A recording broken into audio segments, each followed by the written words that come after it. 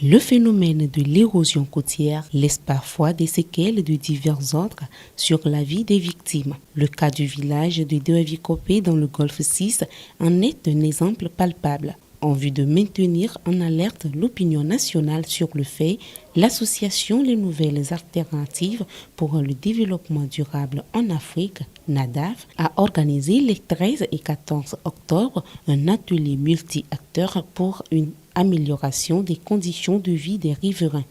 NADAF a mené plusieurs activités dans la communauté, à savoir 2 activités sur le renforcement de capacités. De cet atelier est issu des pistes de plaidoyer. Et dans ce document, NADAF a fait une étude d'identification des victimes dans la zone, où NADAF a réceptionné plus de 560 victimes. Tout ça là, c'est pour pouvoir arriver à la prise en compte des victimes. Donc c'est pourquoi cet atelier multi-acteurs est créé. L'objectif, c'est de prendre en compte la situation des victimes de l'érosion côtière.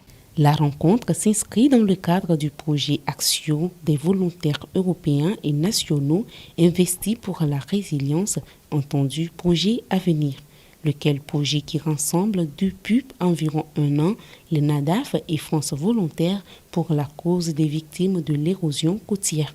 Le défi, c'est de faire en sorte que les acteurs étatiques, les acteurs communaux, puissent véritablement prendre conscience que ces victimes-là, il faut s'en occuper.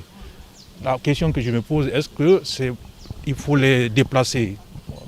Comme je disais, je n'ai pas la réponse. Est-ce qu'il faut leur donner des moyens davantage, les nourrir, etc. La réponse ne se trouve pas à mon niveau, mais le cadre de considération doit se pencher sur ces questions-là. Cet atelier multi-acteurs sur la problématique de l'érosion côtière et la situation des victimes marque ainsi la journée internationale de réduction des risques de catastrophes célébrée chaque 13 octobre.